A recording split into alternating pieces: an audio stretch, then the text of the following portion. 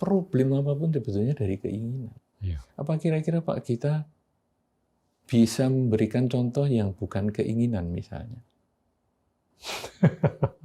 Misalnya saja. Bisa aja. Misalnya apa? Yang bukan Yang keinginan. bukan mencerminkan keinginan. Iya. Waduh. Inilah Endgame. Halo teman-teman, hari ini kita kedatangan Bante Utomo, pimpinan dari Wihara Bodhigiri dan Wihara Semagijaya di Blitar.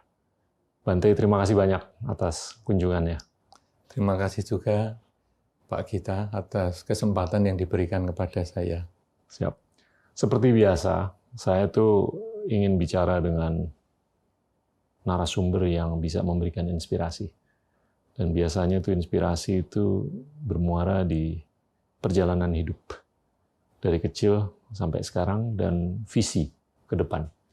Kalau boleh mungkin Bante bisa cerita perjalanan hidup Bante waktu kecil, lahir di Jogja, terus gimana sampai sekarang? Monggo. Iya, saya memang lahir di Jogja dari keluarga yang kebetulan bukan Buddhis. Jadi kalau melihat tampilan saya ini, wah pasti biku, karena tampilan biku kan jelas ya, pakaiannya, kemudian ya semua aksesorisnya, potongan rambutnya jelas. Nah, kemudian kadang-kadang orang tanya, apa dari kecil sudah Buddhis? Bukan, kita dari keluarga yang bukan Buddhis. Cuman tinggal di Jogja itu kan lebih terbuka, lebih toleran sifatnya. Jadi dalam satu keluarga bukan Buddhis, ataupun dalam satu keluarga yang tidak satu agama pun tidak masalah. Sehingga orang tua, dengan kakak, dengan adik saya, itu Beda. tidak sama. Ya. Orang tua agamanya apa? Bukan Buddhis saja. Ya. Siap. Kemudian saya kecil juga belajar, pertama ya ikut dengan agama orang tua, karena diarahkan. Kita di sebelah rumah, atau ada 100-200 meter lah dari rumah kita itu ada tempat ibadah. Kemudian ya kita kalau kecil ikut ibadah di situ. Kemudian sekolah juga dengan agama yang bukan Buddhis. Kemudian pelan-pelan saya lalu dapat pengalaman. Di sekolah dulu waktu SD, kadang ibu saya mengatakan, kalau pas bangunkan saya itu, bangun, sekolah, biar pinter. Biar pinter. Mungkin kata-kata itu umum untuk orang lain ya. Cuman saya merasa, biar pinter. Iya, kalau sekolah pinter. Oke. Kemudian ya saya biasa sekolah dan lain-lain. Kemudian di sekolah juga gitu. Guru-guru mengatakan, ada pertanyaan ini, siapa yang bisa jawab? Pinter. Yang tidak bisa jawab, ya tentu tidak pinter. Saat itu saya merasa aneh ya. Kenapa orang harus dibedakan dengan pinter dan tidak pinter? Sehingga guru pun punya pandangan. Kalau murid yang duduk di depan adalah murid pinter. Semakin ke belakang, berarti murid kurang pinter. Makin belakang sendiri, paling tidak pinter. Jadi saya merasa, kenapa kita harus seperti itu? Nah itu yang membuat saya bertanya dari kecil itu yang itu. Kemudian saya mencoba tanya ke guru agama saya. Kenapa kok manusia ini beda-beda? Kok dikatakan pinter, enggak pinter? Gitu. Kemudian guru agama saya mengatakan, ya itu memang tiap orang ya berbeda. Kenapa sebabnya? Ya itu rahasia lah, kita enggak tahu itu kenapa sebabnya. Saya merasa, kenapa jadi rahasia ya? Agama kok ada rahasia. Tapi ya itu saya kecil ya, saya masih SD ya, saya ya sudahlah jawabnya itu, saya enggak berpikir sampai seperti dalam tadi. Lalu saya jalani aja. Makin dijalani perbedaan itu makin banyak. Jadi misalnya kalau sekarang di kantin misalnya atau di tempat makan anak-anak sekolah, yang kaya cenderung lebih banyak mendapat penghormatan dari teman-temannya, apalagi yang suka ngeraktir. Yang tidak kaya menjadi agak dijauhi. Dan saya merasa ini ya aneh juga. Dan ketika saya tanyakan juga kenapa ada manusia bisa kaya dan tidak kaya, jawabnya juga ya ini memang rahasia sih ya, kita tidak tahu ini. Jadi saya merasa banyak hal yang sejenis itu yang rahasia. Nah kemudian saya berproses mencari agama. Bahkan sampai akhirnya belajar agama A, belajar agama B, agama C, bermacam-macam. Dan pertanyaan yang sama ini masih tetap saya munculkan. Tiap kali belajar, kenapa manusia berbeda? Jawabannya kurang lebih, ya kita tidak tahu lah. Ini rahasia. Kemudian saya umur kira-kira 20 ya, karena saya mahasiswa hari itu sudahan. Saya mencoba, sekarang kalau agama Buddha gimana? Karena ini yang belum saya pelajari dulu.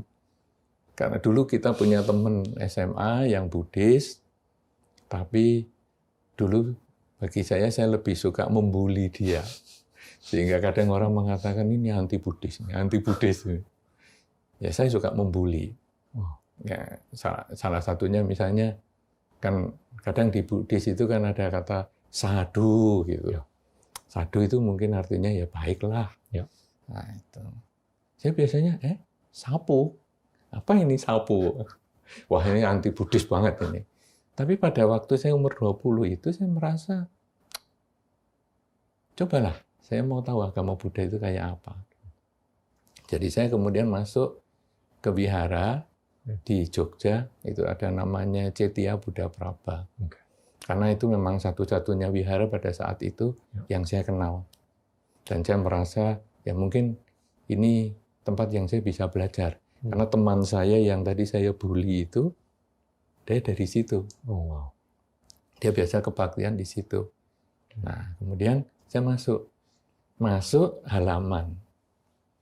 Karena kelenteng itu kan biasanya di halaman itu kan ada naga, ada halaman pertama. Jadi kalau teras kelentengnya itu biasanya ada pilar, ada naganya sepasang itu kiri kanan. Nah saya duduk di situ saja karena saya masih anti Buddhis. Kemudian saya bertanya yang sama. Menurut agama Buddha, apakah penyebab manusia itu berbeda-beda? Kenapa ada yang pinter, tidak pinter, kaya, kurang kaya, sehat, sakit-sakitan, panjang umur, pendek umur, dan lain-lain. Kemudian mendapat jawaban, yaitu ini karena kita ini bukan lahir yang pertama. Jadi, kenapa dia sakit-sakitan? Karena ada kemungkinan dalam banyak kehidupan sebelumnya, dia banyak menyiksa makhluk lain. Sehingga kalau kita menanam padi, tumbuh padi, kalau kita menyakiti makhluk lain, ya akan kembali buahnya pada diri kita. Lalu saya tanya, buktinya apa? Karena kalau sekarang itu bikin orang sakit-sakitan. Kalau sekarang merawat makhluk lain, jadi orang sehat. Kalau kita banyak berbuat baik, berdana misalnya, nyumbang ke sana, panti asuhan, dan lain sebagainya, bisa jadi orang kaya. Kalau pelit, menjadi orang tidak mampu. Kemudian kalau banyak memberikan inspirasi kepada orang lain, ini Pak Gita termasuk misalnya, bisa menginspirasi orang lain, bisa menjadi orang pandai. Dan Pak Gita memang sudah pandai, mungkin ini kemampuan dari yang dulu, terbawa sampai sekarang. Kemudian orang yang suka menutup ilmu pengetahuan, jadi kadang ditanya orang tahu, tapi pura-pura nggak tahu, itu bisa menjadi orang yang tidak pandai. Dan banyak hal yang diterangkan seperti itu. Lalu saya tanya, buktinya apa? Kemudian orang itu menjelaskan, orang itu adalah salah satu pemuka agamanya di Cetya Buddha Prabha tadi. Beliau biasa kalau sore ya duduk di depan naga itu, pilar naga itu. Mungkin cari angin atau apa, udara kan sejuk. Kemudian dia menjawab, buktinya itu di Eropa pada zaman itu sudah ada teori hipnosis. Jadi ada orang-orang dengan kecenderungan tertentu itu dihipnosis. Ya. Dia mengatakan begini, waktu dihipnosis, dia misalnya, kenapa kamu kok punya bekas badan, ada bahasa Indonesianya apa sih ya, toh itu apa, tanda tubuh. Birthmark. Iya. Okay. Ya. Ya. Bahasa Jawanya toh, saya nggak tahu bahasa Indonesianya. Maaf kalau saya pakai bahasa Jawa karena ini saya kan besarnya di Jogja. Siap. Jadi ada tohnya, mungkin mirip semacam ini lah apa-apa. Nah, tanda lahir. Ya, tanda lahir. Ya. Kemudian orang itu dihipnosis, dan dia bisa masuk ke tahap-tahap sampai mengingat kehidupan sebelumnya. Wow. Salah satunya misalnya, saya waktu itu di penjara di Jerman. Kemudian penjara saya ini, kalau saya lihat dari jendela, saya bisa melihat ada kayak perempatan jalan. Kemudian ada pilarnya. Nah, di jendela itu, saya sering lihat di luar. Karena saya kan, ya tempat penjara penuh, ruangannya sempit, ya saya suka lihat di situ. Penjara itu banyak tikus. Dan kadang-kadang kalau saya tidur juga digigit tikus. Pada satu ketika, saya digigit tikus sampai infeksi. Dan tempat infeksi itu berhari-hari, itu membusuk. Dan sampai akhirnya saya ya mati karena itu. Ingatan yang kuat pada tempat yang luka itu yang akhirnya mengkondisikan dia lahir dengan tanda tubuh itu. Nah, kemudian para ahli yang tadi bisa hipnosis ini mencari di Jerman apa ada pada zaman itu penjara dengan perempatan jalan dengan ada tiang di tengah jalan itu. Nah, kemudian dicari di banyak tempat di Jerman, tidak tahu di mana, yang ada penjara-penjara dulu, penjara perang dan lain sebagainya, dan akhirnya ketemu. Memang itu sudah bukan penjara lagi, perempatan jalan masih tetap, tugu di tengah itu sudah tidak ada. Jadi akhirnya, oh, ini yang dialami ini benar. Disimpulkan seperti itu. Kemudian ada orang, waktu dihipnosis, dia bisa menyanyikan lagu. Dia orang Eropa, tapi bisa menyanyikan lagu dengan bahasa Arab. Wow. Dengan fasih sekali. Tapi bahasa Arab yang berbeda. Kemudian ditanyakan di beberapa ahli, dia mengatakan, oh ini dipakai pada zaman tertentu itu. Padahal waktu dia di luar pengaruh hipnosis, dia tidak bisa bahasa itu. Dan itu banyak sekali contoh-contoh itu. Nah, bagi saya, jawaban ini lebih cocok. Saya merasa jawaban yang lain bukan salah. Tapi saya merasa lebih cocok. Nah, kemudian ya sudah, saya selama 3 bulan awal itu saya berada di depan untuk diskusi. Baru saya masuk setelah 3 bulan. Setelah 3 bulan, kemudian masuk dan mengikuti kegiatan ritualnya. Kalau boleh tanya, intensif nggak diskusinya selama 3 bulan itu? Tiap malam. Konsultasi? Tiap hari, tiap malam. Jadi jam 6 sore sampai jam 12 malam. Wow. Tiap hari. Karena beliau ya memang duduk di depan itu tiap hari juga. Jadi kita diskusi terus. Kemudian kita masuk, dan rasanya kok cocok ya.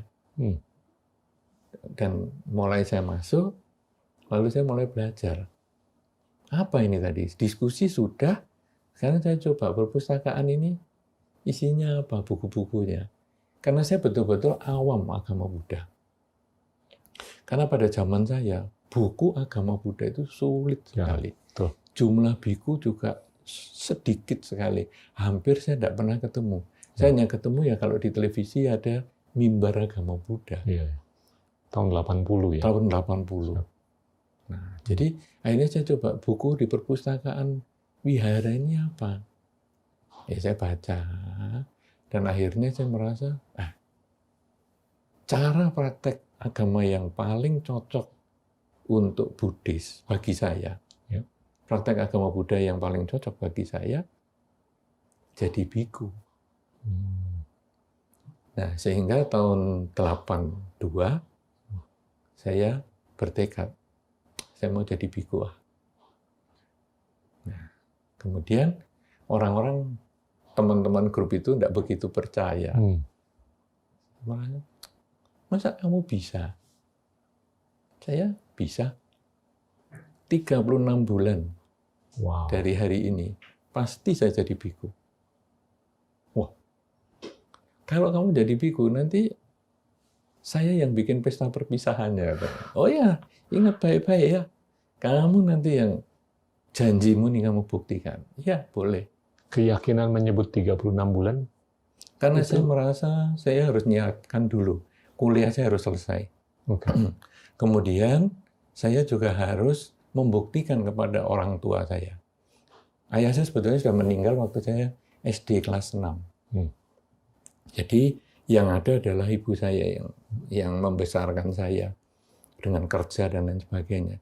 Saya harus membuktikan kepada ibu saya bahwa setelah ibu menyekolahkan saya sampai selesai, saya harus bisa mandiri dulu. Ya. Sehingga waktu saya menjadi biku itu bukan melarikan diri dari sekolah, bukan melarikan diri dari ekonomi. Kemudian saya juga harus mempersiapkan mental ibu saya untuk anaknya menjadi biku. Karena waktu saya tahun 82 menyampaikan ingin menjadi biku, ibu saya sempat pingsan. Wow, luar biasa. Jadi waktu itu kan waktu makan. Kemudian saya ngomong-ngomong, gimana nih kalau saya jadi biku? Ya. Biku itu apa? Karena ibu saya kan ya memang bukan Buddhis. Kemudian ya biku ya orang yang tinggal di wihara, yang peraturannya begini. Langsung makanan itu tidak habis. Kemudian dia keluar dari ruang makan itu, masuk kamar, nangis. Kemudian malam hari, saya waktu di kamar sedang istirahat, kok ada suara kayak barang pecah.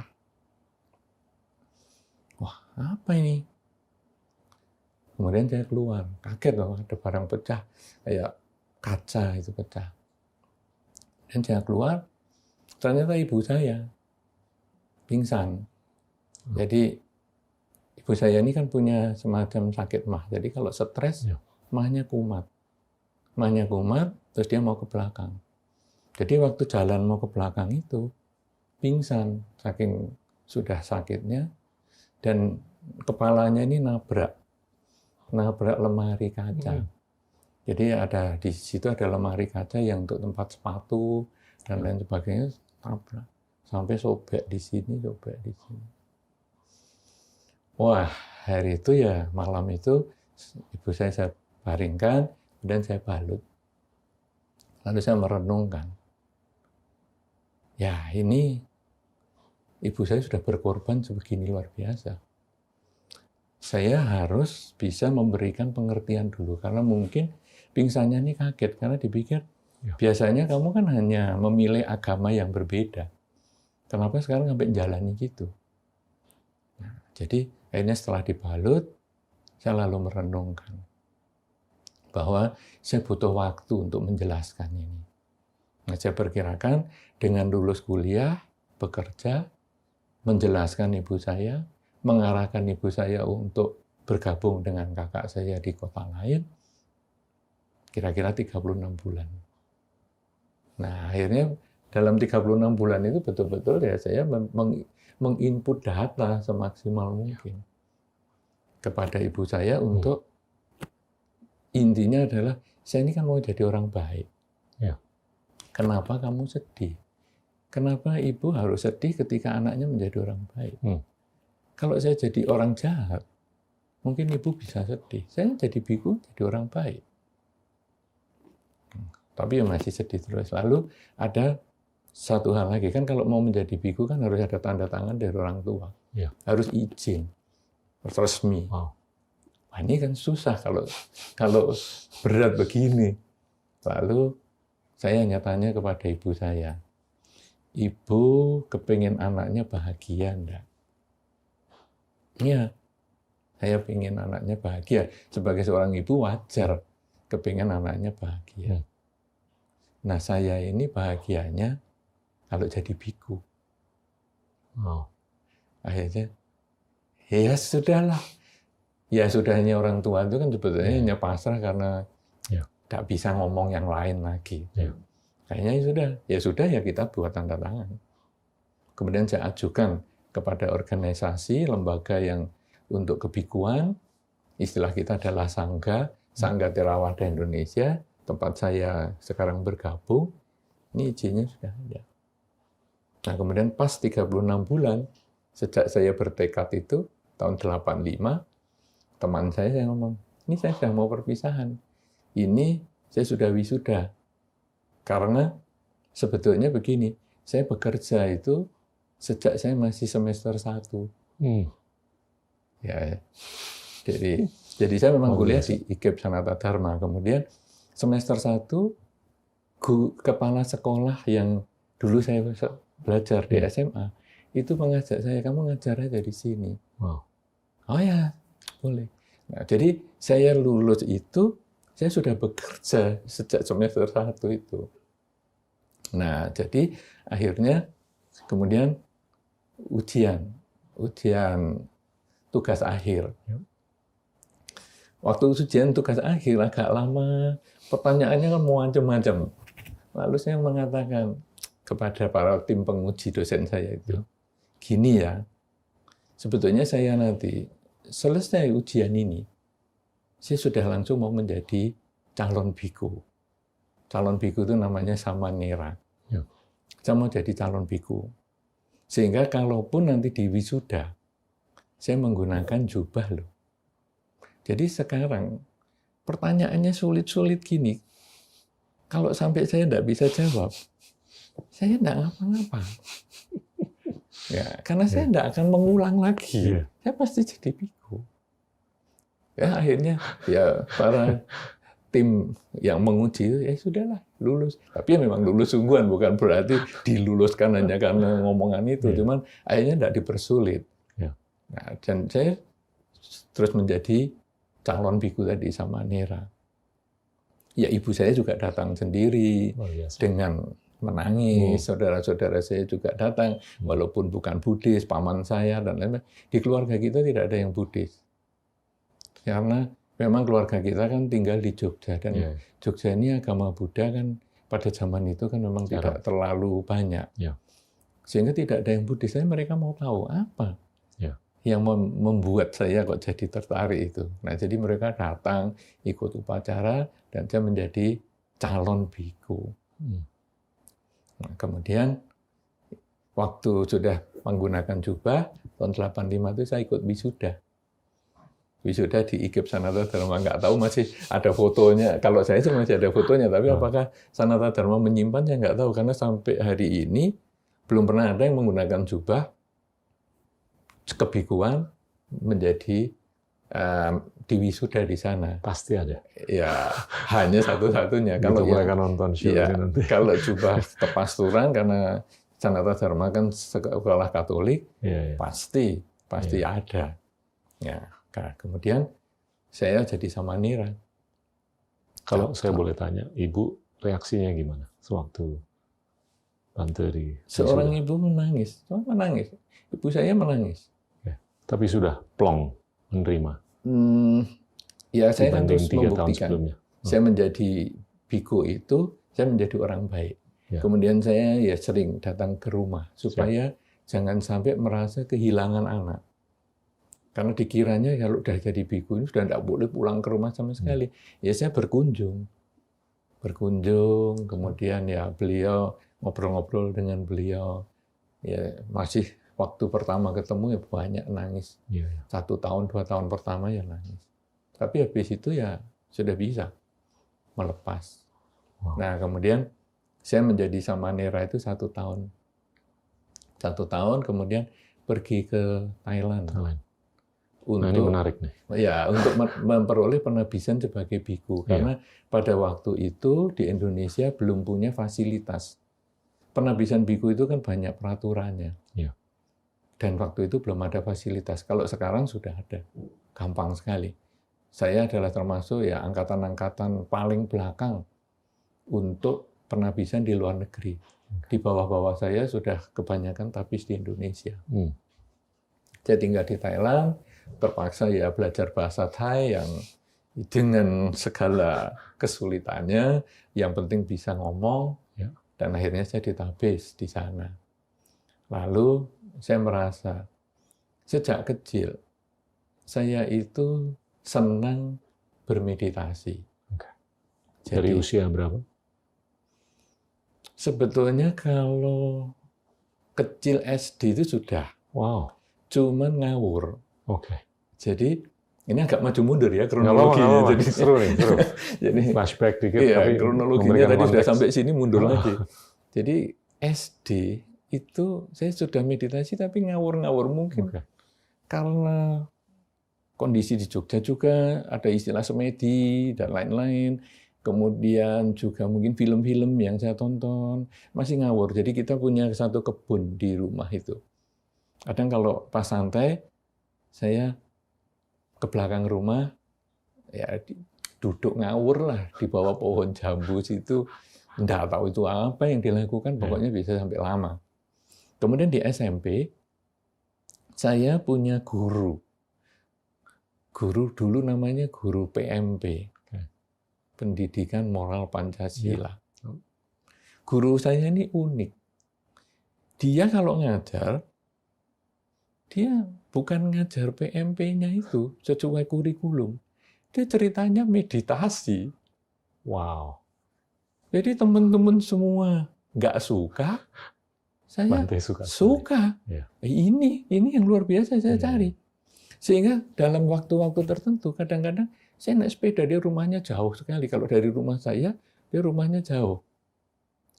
Jadi kalau Pak kita pernah ke Jogja. Ayah saya itu dari Jogja. Oh, jadi luar biasa. Waktu kecil sering sekali. Nah, rumah saya itu di daerah Pasar Keranggan. Tugu. Kalau yang orang Tugu kan paling gampang itu ya. Itu rumah guru saya PMP itu Ambarukmo. Hotel Ambarukmo. Jalan Solo terus saja. Itu jauh. Dan saya cuma naik sepeda dan saya anak SMP. Bukan orang yang sudah dewasa. Kalau hari ini ya cepatlah ke sana. Hari itu jauh sekali, itu luar kota. Saya naik sepeda. Berguru ke guru itu. Spesial, tanya, meditasi apa, seneng. Nah itu mulai saya suka. Suka meditasi yang ada jalurnya, kemudian juga buku-buku, mulai banyak belajar, buku-buku dan lain sebagainya, di situ itu.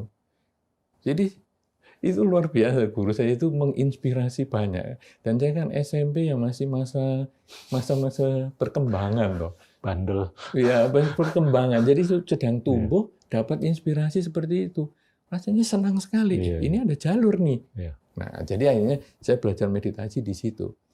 Sehingga pada waktu menjadi biku, itu kalau mau mundur sedikit sebelumnya, di wihara yang dia belajar, wihara Cetya Buddha Prabha tadi, itu ada satu biku yang sangat tua. Umurnya hari itu saya ketemu 112 tahun. Tua sekali, sudah sampai tubuhnya melengkung sekali. Dan beliau juga senang meditasi. Sehingga tiap sore saya ke wihara itu, bertanya saya kepada beliau, gimana caranya? Jadi mengasah ilmu yang tadi dari SMP itu kepada beliau yang umurnya 112 tahun. Orang 112 tahun hari itu pengalamannya kan luar biasa. Dan beliau ini ada pikun,